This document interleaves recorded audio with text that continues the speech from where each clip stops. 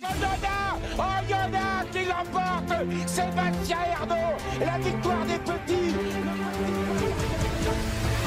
Le quintet de ce vendredi 21 novembre, les amis, j'espère que tout le monde va bien, que vous avez la pêche, que vous êtes de bonne humeur et chanceux au jeu, direction l'hippodrome de Vincennes pour ce nouveau quintet en nocturne, 20h15, réunion 1, course 4, seulement 13 partants dans cette course, ou plutôt 13 partantes, car ce sont des juments de 5 ans, un parcours de vitesse de 2100 mètres avec 13 juments qu'on connaît pour la grande majorité. Comme d'habitude, je vous donne mes 6 chevaux préférés et vu qu'ils sont que 13, je vais vous en donner que 5. Quand ils sont que 13, évidemment que ça ne sert à rien de faire des quintets en 8 ou 10 chevaux, sauf si vous voyez des énormes surprises.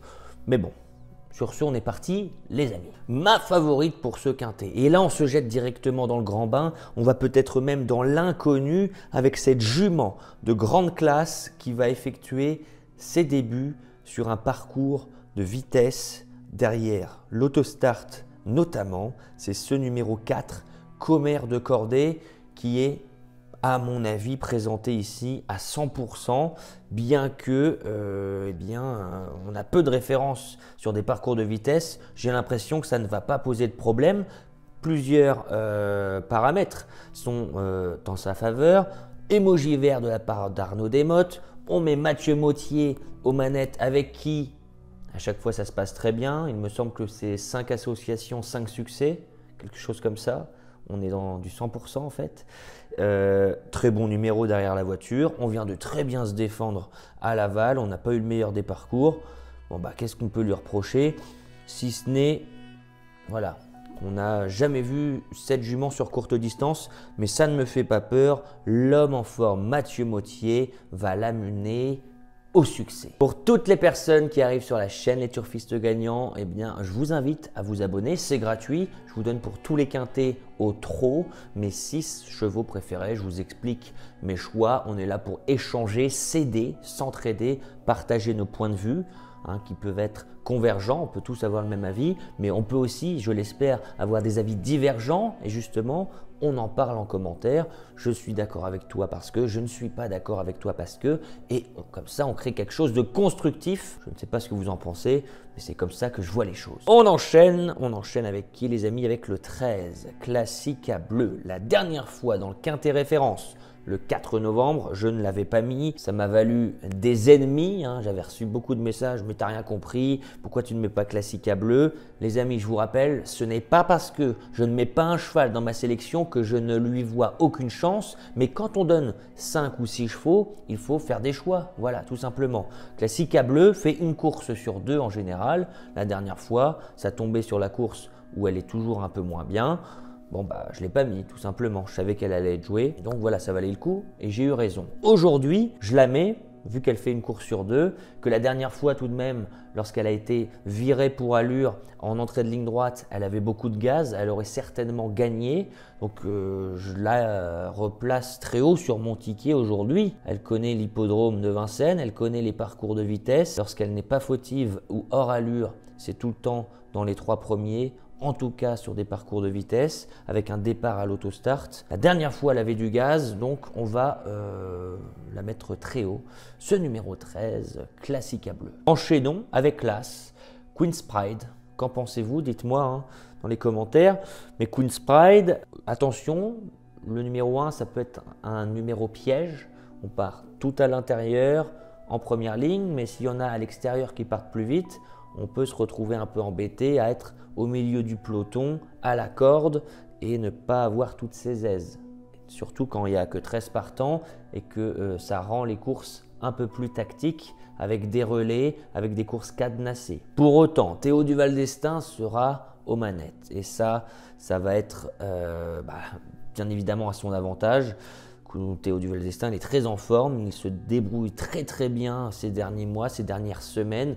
On ne le présente plus. Lui n'a pas le mérite d'avoir gagné le prix d'Amérique contrairement à son frère, mais il n'en est pas moins bon pour autant. Attention. Queen's Pride est en grande forme.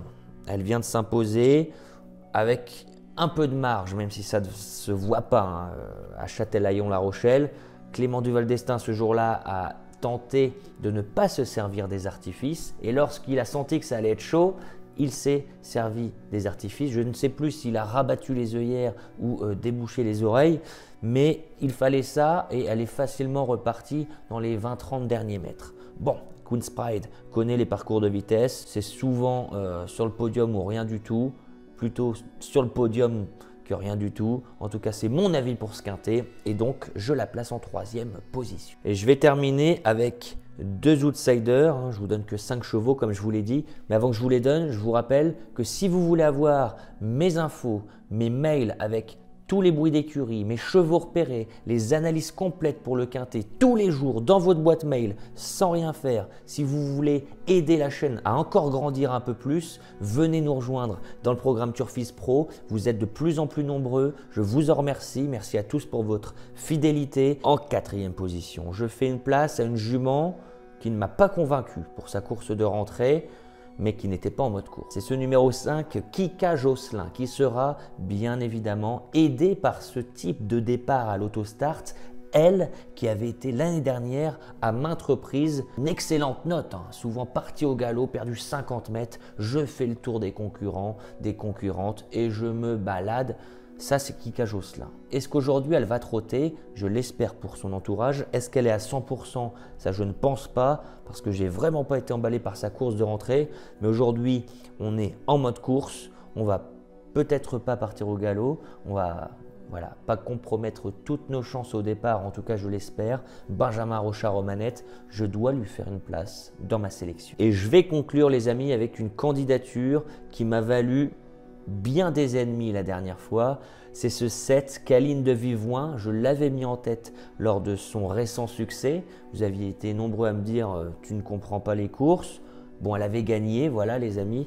Un jour ou l'autre, elle allait gagner. C'était la dernière fois. Elle revient sur un parcours de vitesse où elle s'est imposée pour son unique tentative sur les 2100 à Vincennes. Elle est extrêmement délicate, elle peut péter la faute à tout moment, mais voilà, c'est vraiment une jument de classe et je la préfère nettement à certaines autres candidatures.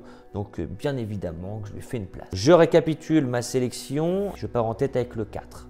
Commère de Cordée, c'est la jument de classe du lot. Ça va être un test sur courte distance, mais elle est en grande forme. Avec Mathieu Mottier, ça devrait aller. Le 13, Classica Bleu, n'est pas de tous les jours. Une fois sur deux, elle fait l'arrivée.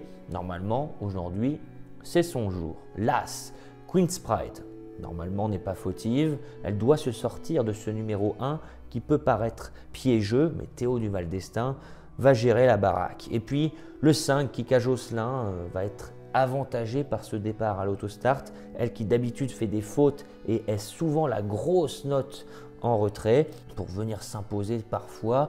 Et je vais conclure avec le 7, Caline de Vivoin, que j'avais placé en tête la dernière fois, qui s'est imposée. Et donc rien que pour la remercier, je la place dans mon quintet. 4, 13, As, 5 et 7. Qu'en pensez-vous les amis? J'attends vos commentaires. Voilà, donc j'espère que cette vidéo vous a plu. Sur ce, je n'ai plus qu'à vous souhaiter vraiment beaucoup de chance au jeu et on se dit à plus tard.